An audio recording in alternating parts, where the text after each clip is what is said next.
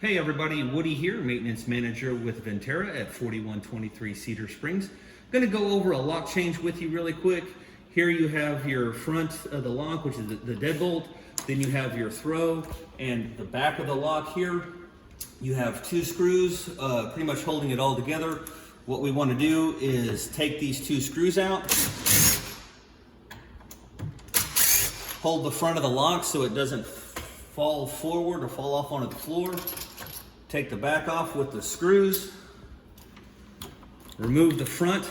Now, if your throw is the same, it's easy. All you have to do is take your little half moon. You have a flat at the spot at the top and then a half moon at the bottom. What you're going to want to do is line that up on your throw. You see you have a flat spot on the bottom and a half moon at the top. This is for a quick set lock, by the way. So all you're gonna do is take it and slide that in just like that. It's gonna line up with the door.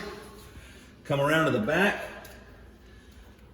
On the back side, you'll notice that it has the same design. You got the flat on the bottom, the flat on the bottom. You're gonna line those up.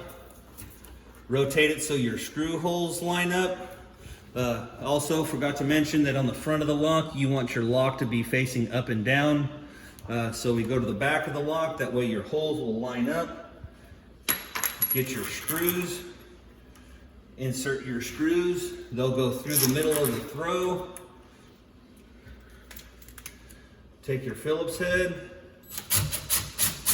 Do not over tighten. This will prevent the lock from operating properly. Give it a little snug.